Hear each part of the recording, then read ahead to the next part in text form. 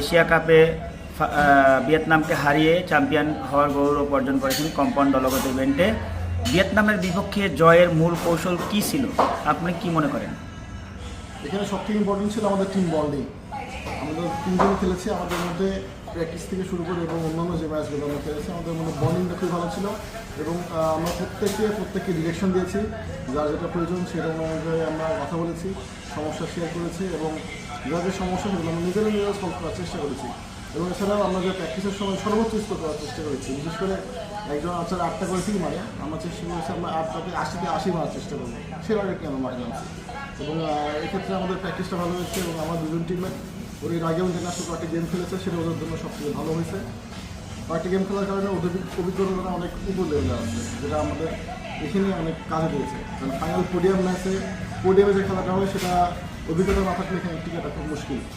আমি মনে করি অভিজ্ঞতা এবং টিম বন্ডিংটা খুব ভালো কাজ দিয়েছে আমাদের।